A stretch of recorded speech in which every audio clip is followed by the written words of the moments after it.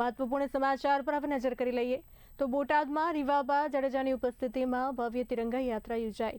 3500 ફૂટ લાંબા તિરંગા સાથે વિદ્યાર્થીઓ યાત્રામાં જોડાયા। માર્કેટિંગ યાર્ડથી હાઈસ્કૂલ સુધી 2 કિલોમીટરની યાત્રા યોજાઈ। બોટાદના માર્ગો પર શહેરીજનોએ પુષ્પવર્ષા કરી। દેશભક્તિના નારાથી સમગ્ર બોટાદ ગુંજી ઉઠ્યું। તિરંગા યાત્રાથી બોટાદમાં દેશભક્તિનો માહોલ છવાયો।